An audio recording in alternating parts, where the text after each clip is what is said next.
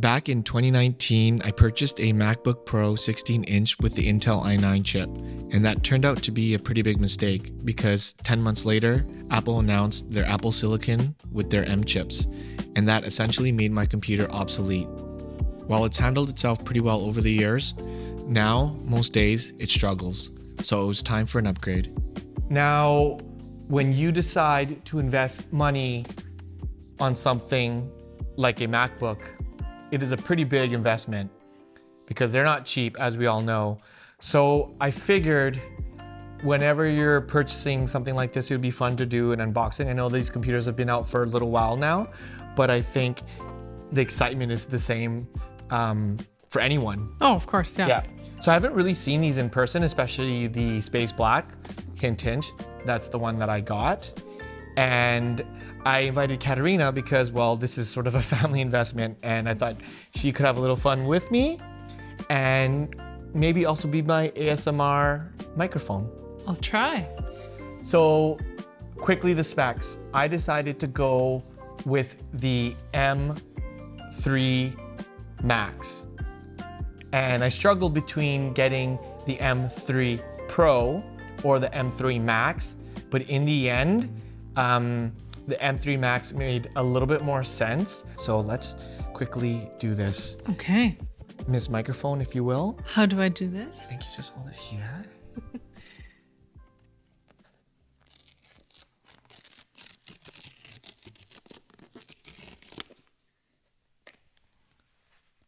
That was one.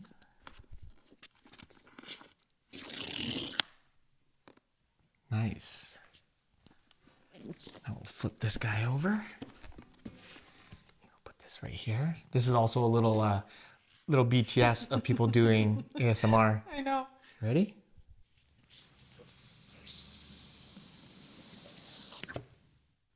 Very satisfying. It's kind of like I've seen those things on TikTok where it's like Yeah, of course. MacBook Pro.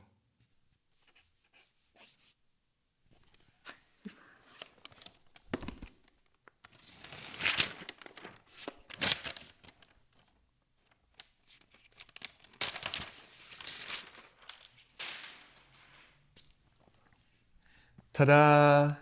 And there it is. So this is the first time I'm really seeing the Space Black. I've never seen it before. Not even in store, have we? No, we haven't really looked. Yeah. What do you think of it? I love it. Like, right, it depends on how you're holding it. Sometimes it looks a little grayish, but that's cool. And Yeah, I then think sometimes it's super black. I think a lot of people are saying it's really just a really deep gray, but man, in some lights, that Apple logo is just pitch black, like a black hole. Yeah. I don't know if you guys can see that, but in certain lighting, it looks a little gray, but then when you flip it, like look at that, it just disappears into the darkness. It's pretty sweet. Okay, so in the box, you obviously get the laptop, which we'll dive into. You get the classic paperwork, which I never even open. You get the 96-watt power bank, which is humongous. Like you would think Apple is able to slim them down now, but it's big. Yeah. It's the same size as my old one, I believe. Yeah. Mic, please.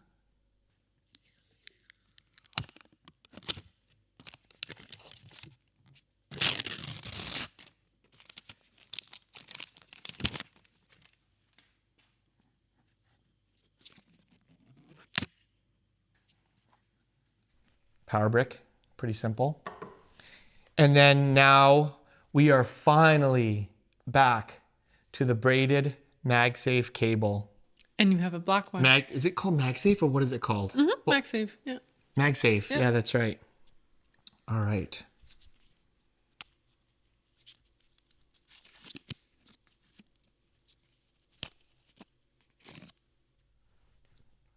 Okay.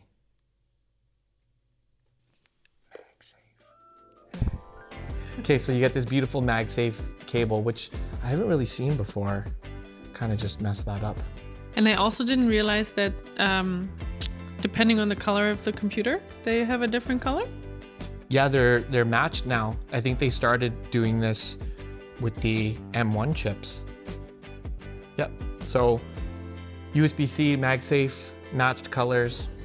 The cable itself is, I guess, sort of that same gray black. If you haven't seen it before, it matches pretty well if you look at it here.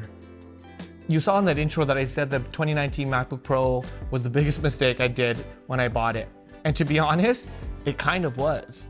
Because as soon as I bought it, as I mentioned, 3 months later, Apple announced Apple Silicone, and it just decimated anybody who had an Intel MacBook. Now, a little timeline. I had made a video about that MacBook and I was so excited because I was upgrading from a 2012 base MacBook 15. And I remember setting up that video shoot, the intro for it, on New Year's Day because I had received the MacBook right around Christmas time. But I spent the day setting up all the shots, getting the intro shots. Do you remember that video? Oh, I do. Yeah, it was. And the intro was amazing. I was so proud of that intro. It took me forever to set it up. I had the MacBook standing on a glass table like this, trying to not let it drop because it was so thin, and then orbiting with my gimbal, trying to get these beautiful smooth shots. And then I think I did a sit down just like this, talking about how excited I was and sort of comparing the different MacBooks. As excited as I was about getting that 2019 MacBook, honestly, other than the keyboard and maybe the screen and how good the screen quality was, I hated that MacBook. Oh, and the speakers on that thing are really nice. Yeah, I remember you specifically mentioning the speakers as a great feature, and you compared them in your video to the old one. But the touch bar, it was such sort of like a gimmick at the time. And at the time I was like, rah, yes, Apple implementing, we can use it for a scrub bar of the timeline. Honestly, after like the first year, I ended up never using. I had that computer since 2019. It's now 2024, so about 4 years. The touch bar ended up just being like an emoji picker for me, picking my favorite emojis to like attach to emails. It was useless, basically. I don't use it at all. I think I might sometimes use it to. Do you still have a touch bar on your MacBook? I do. Oh, that's right, because Katarina has a MacBook M1 Pro 13-inch with the touch bar. Yeah. So this is also the first time she's seeing the new body, but resembling the old body. And you also had a laptop that had sort of the old body anyways, right? Your old MacBook. Yes, the very first one I had, yeah. So I'm super excited to have MagSafe back, as I mentioned. I'm super excited that it has the 2 USB-C ports here so that I don't have to take my MagSafe when I'm traveling, because when I travel, as I mentioned many times before, I just really bring only 2 or 3 USB-C cables, and this thing still charges by USB-C or MagSafe, which is great. So I'll probably leave the MagSafe at my desk as a little dock. We have the HDMI port back, thank God. Your USB-C port on this side. Oh, and they moved the headphone port to this side, which is actually really great because on my desk right now it's on this side, so my headphone will have to wrap all the way around my desk, but now it just kind of slides out on this side, which is pretty nice. And then the number one thing for professional and creatives is the SD card slot. Because finally, I can get rid of that stupid dongle when we're traveling. Like, it's absolutely crazy that they got rid of it. Thank God Apple brought it back. And I think as soon as we pop it open, it's gonna turn on, right? Like Apple always does. So let's see if I'm right. Oh, mic, please.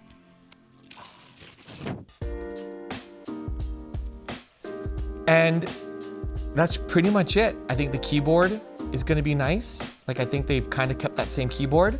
I'm excited to see how it's going to sound with the smaller speakers. I think it'll be fine. That's pretty much it for the laptop. So I'll finish setting this up and then I will quickly show you how much faster this laptop, or how much more efficient this laptop is comparative to a 2019 sort of spec'd out MacBook Pro with the Intel i9, because I spent a fortune on that and spec'd that thing out. The one last thing I was gonna say was that I didn't like clean my hands or anything. We've sort of been out all day, and no fingerprints on this thing. I know that some people who have the MacBook Air that is that navy blue, and the second you touch it, there's fingerprints. But I don't know if you can tell. I'll try to find a good spot with lighting here. Let's see. Can we do that? Right, look at that. Pretty good. And I'm gonna.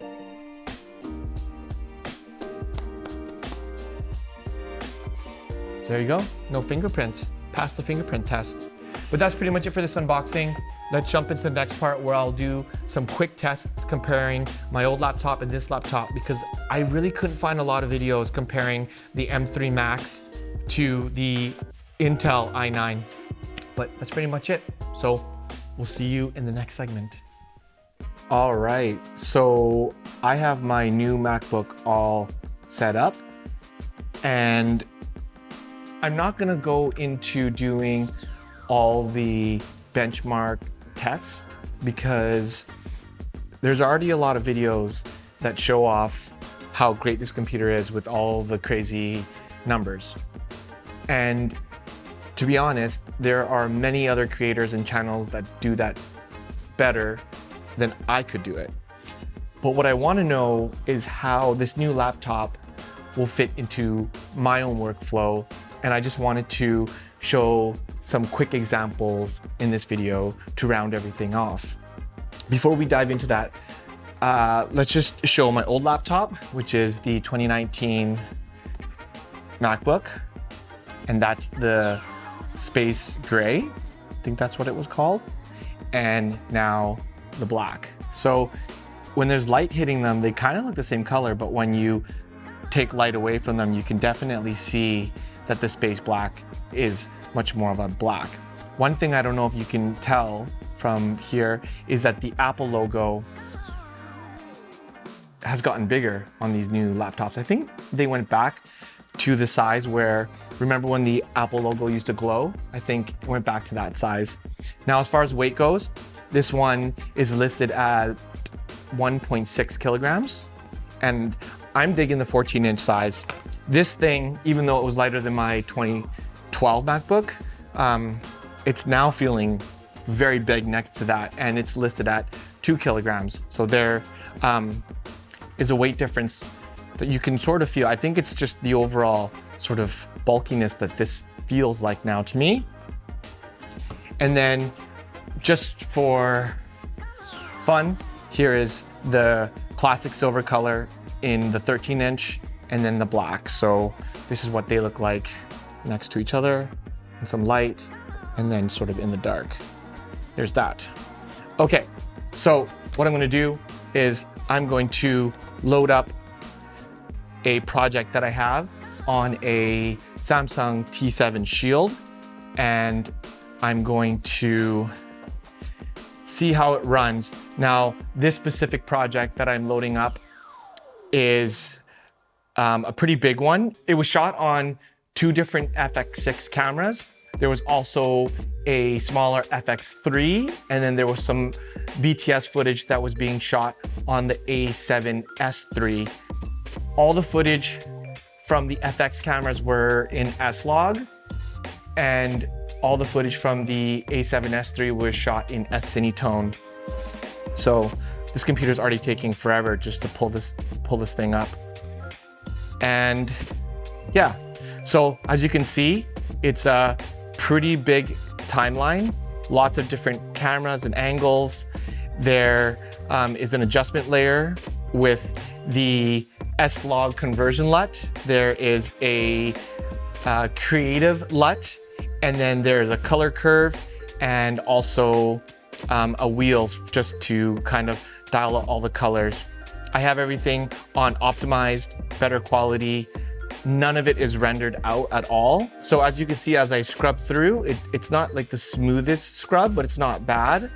And when you hit play, it actually plays okay. So I'm gonna just export that and see what the time looks like on that. We're just gonna do it in 4K H.264.